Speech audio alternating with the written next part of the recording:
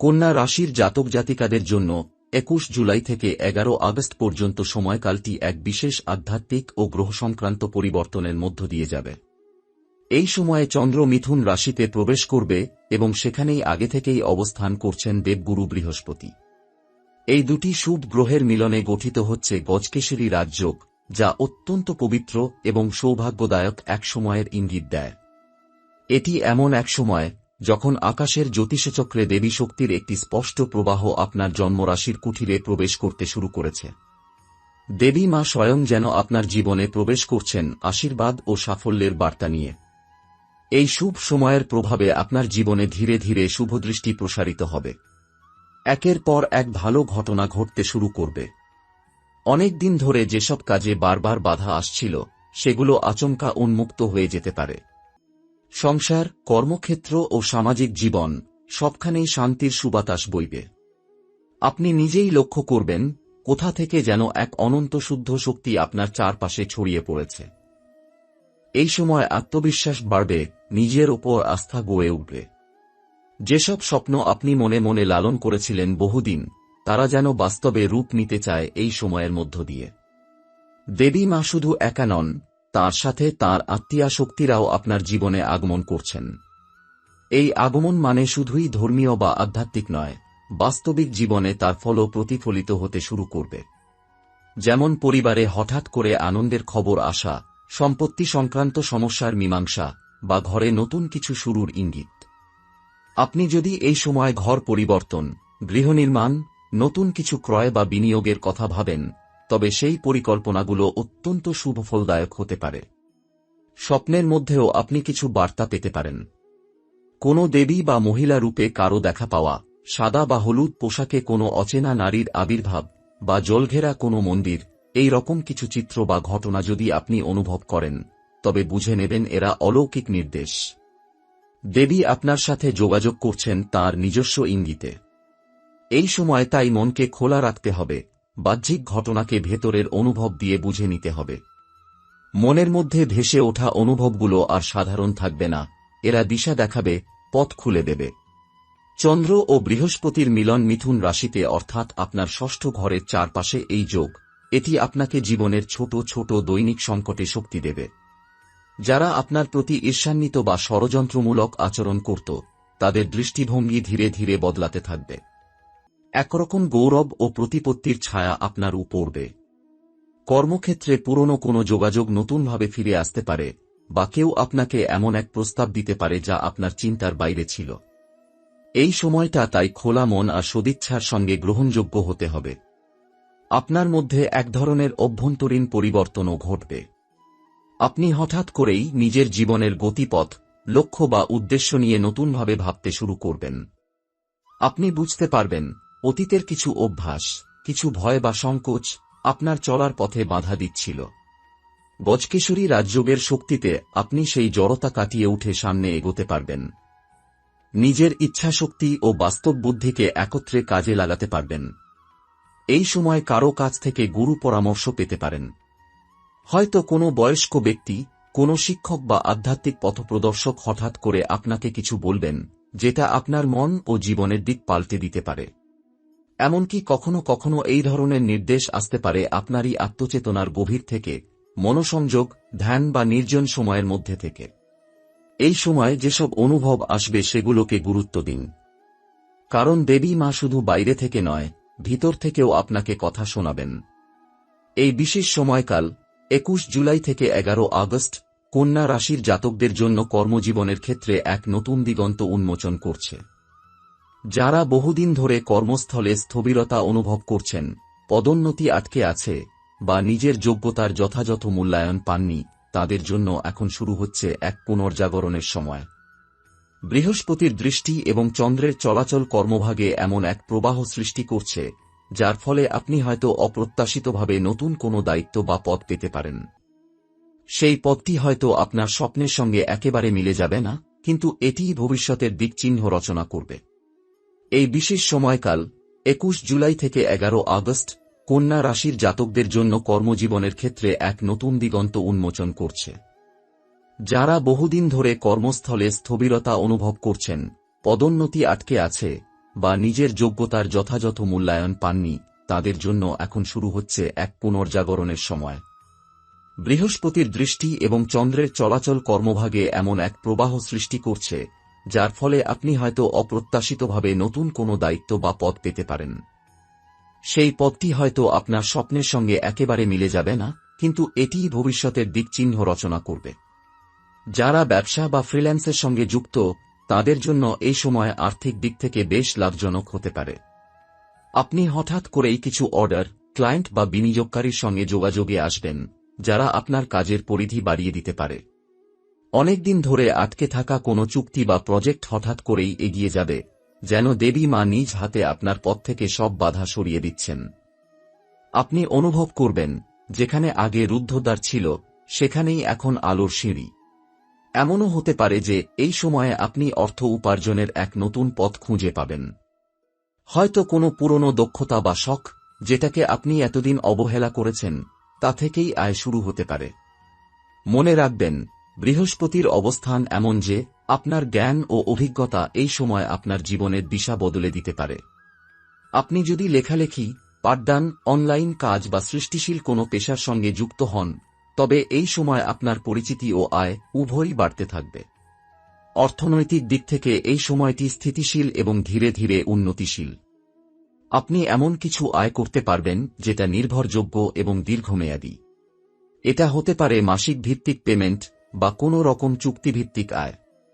কিছু জাতকের জন্য সম্পত্তি সংক্রান্ত লাভও দেখা দেবে, বিশেষ করে পুরনো জমি, পৈতৃক সম্পত্তি কিংবা বন্ধ থাকা কোনো প্রকল্প থেকে অর্থপ্রাপ্তির সম্ভাবনা তৈরি হচ্ছে। এই সময় দান, সঞ্চয় এবং বিলাসিতার মধ্যে ভারসাম্য রাখা গুরুত্বপূর্ণ। আপনি যেহেতু দেবীর প্রভাবে আছেন, তাই আত্মিক উন্নতির সঙ্গে সঙ্গে আপনার মধ্যে দানশীলতা ও মমত্ববোধও বাড়বে। তবে মনে রাখতে হবে, যে কোনো অতিরিক্ত খরচ বা অপ্রয়োজনীয় বিলাসিতা আপনাকে অস্থায়ী আর্থিক চাপের মধ্যে ফেলতে পারে। বিশেষ করে জুলাইয়ের শেষ সপ্তাহে এমন কিছু আকস্মিক খরচ আসতে পারে, যার জন্য প্রস্তুত থাকা দরকার। অর্থাৎ সঞ্চয়ের দিকটা এই সময় অবহেলা করা চলবে না। এই সময় আপনি সমাজে নিজের অবস্থান নিয়ে নতুন করে ভাববেন। আপনি হয়তো এমন কারো সান্নিধ্যে আসবেন, যিনি সমাজে প্রতিষ্ঠিত এবং যার প্রভাব ভবিষ্যতে আপনার জীবনের দিক বদলে দিতে পারে। এটা হতে পারে নতুন বস, কোনো রাজনৈতিক বা সাংস্কৃতিক ব্যক্তিত্ব, বা এমন কেউ যার জীবনে স্থায়ী প্রভাব থাকবে। এই সংযোগগুলো হঠাৎ করেই হবে, কিন্তু তার গুরুত্ব দীর্ঘস্থায়ী। আপনার ব্যক্তিত্বে এই সময় এক ধরনের আভিজাত্য ও স্থিতি ফুটে উঠবে। আপনি কথা বলবেন চিন্তা করে, এবং আপনার চিন্তাধারা অন্যদের কাছে বিশ্বাসযোগ্য মনে হবে।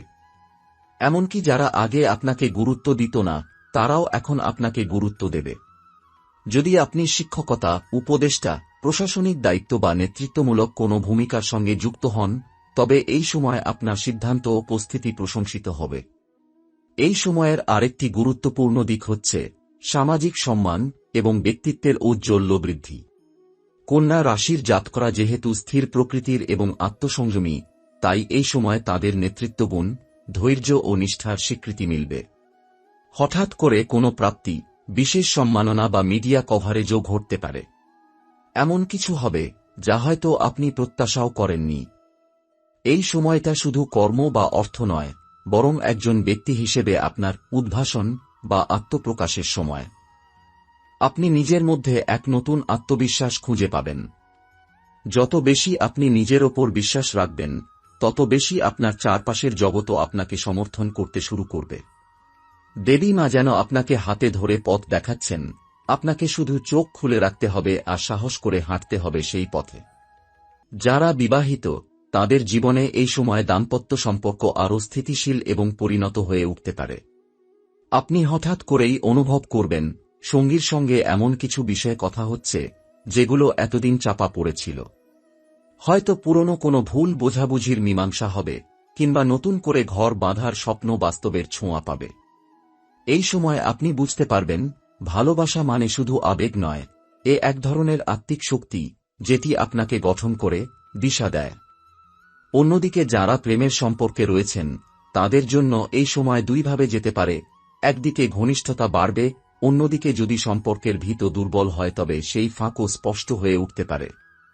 এই সময় দেবী শক্তি আপনাকে সত্য দেখাবেন, যা আবরণে ঢেকেছিল তা খুলে পড়বে। আপনি হয়তো নিজেই বুঝবেন কোন সম্পর্কটা আপনার জীবনে স্থায়ী আনন্দ বয়ে আনবে আর কোনটা কেবল এক ধোঁয়াশা। এই পরিষ্কার দেখার ক্ষমতা আপনাকে সঠিক সিদ্ধান্তে পৌঁছাতে সাহায্য করবে। যারা এখনো সঙ্গীহীন, তাদের জীবনে এই সময় প্রেমের নতুন সম্ভাবনা প্রবেশ করতে পারে। দেবী মা যেন আপনার জীবনে এমন কাউকে পাঠাতে প্রস্তুত, যিনি আপনার আত্মার সঙ্গে কথা বলতে পারবেন। এই নতুন সম্পর্কের সূচনা হতে পারে হঠাৎ করে, কোনো ভ্রমণে, সামাজিক অনুষ্ঠানে, এমনকি অনলাইনেও।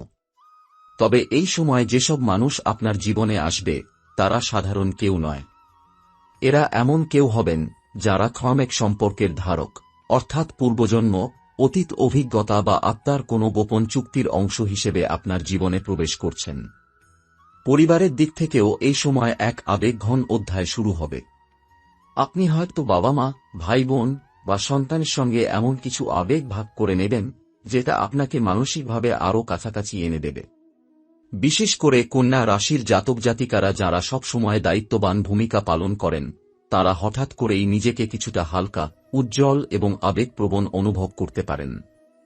এই অনুভূতি নতুন নয়, এটা ছিল শুধু আপনার অভ্যন্তরের খোলস এতদিন সেটা চাপা দিয়ে রেখেছিল। আপনার বন্ধুত্বের ক্ষেত্রেও এই সময় সূক্ষ্ম পরিবর্তন ঘটবে। কিছু পুরনো বন্ধু ফিরে আসতে পারেন, আবার কিছু সম্পর্ক নিজে থেকেই দূরে সরে যেতে পারে। এই প্রক্রিয়া সম্পূর্ণ প্রাকৃতিক। কেউ আপনার জীবনের নতুন অধ্যায়ে থাকার যোগ্য, আবার কেউ কেবল পূর্ব অধ্যায়ের সঙ্গী ছিলেন। এই সময় আপনি কার প্রতি মমতা অনুভব করছেন, কে সত্যিকার অর্থে আপনার পাশে রয়েছেন, তা স্পষ্ট বুঝতে পারবেন। কিছু বন্ধুত্ব জীবনের জন্য আশীর্বাদ হয়ে উঠবে, যাদের উপস্থিতি আপনার আত্মবিশ্বাস ফিরিয়ে দেবে। এই সময়ে মনের গভীরে এক ধরনের রোম্যান্টিকতা, নস্টালজিয়া ও অন্তর্মুখিতা কাজ করতে পারে। আপনি হয়তো পুরনো স্মৃতি, অতীত প্রেম, এমনকি ছোটবেলার কোনো অনুভূতিতে ফিরে যেতে চাইবেন। এটা এক ধরনের আত্মবিশ্লেষণের সময়, নিজেকে প্রশ্ন করা, নিজের অন্তরের ভিতর ঘোরাফেরা করা। দেবী শক্তির প্রভাবে এই অন্তর্ভ্রমণ কেবল আবেগের বিষয় নয়, এটি আত্মজাগরণের পথ। আপনি যতটা নিজের ভেতরে যাবেন, ততটাই নিজের সত্য আবিষ্কার করবেন। একটি গুরুত্বপূর্ণ বিষয় এই পর্বে স্বপ্ন এবং মনের অদ্ভুত ভাবনা। এই সময় আপনার মনের মধ্যে কিছু অদ্ভুত দৃশ্য, ইচ্ছা বা প্রশ্ন হেসে উঠবে। এগুলো উপেক্ষা করার নয়, কারণ দেবী মা অনেক সময় আমাদের চেতনাকে নাড়িয়ে দেন স্বপ্ন, চিন্তা বা অনুরণনের মাধ্যমে। আপনি হয়তো গভীর রাতে এমন কারো মুখ মনে করতে পারেন, যাকে ভুলে গিয়েছিলেন, কিংবা হঠাৎ করে মনে পড়বে কোনো সংলাপ যা বহু আগে কেউ বলেছিল। এইসব তুচ্ছ স্মৃতি আসলে সংকেত বহন করে। তাই এই সময় আপনি যত বেশি অন্তর্মুখী হবেন, যত বেশি নিজের অনুভূতিকে বোঝার চেষ্টা করবেন, তত বেশি আপনি আধ্যাত্মিকভাবে শুদ্ধ হবেন। সম্পর্কের ক্ষেত্রে এই সময় একরকম পবিত্র পরিষ্কার হয়ে যাবে। যারা আপনার আত্মার আলোকে চিনবে, তারা থাকবে; যারা শুধু ছায়া, তারা বিদায় নেবে।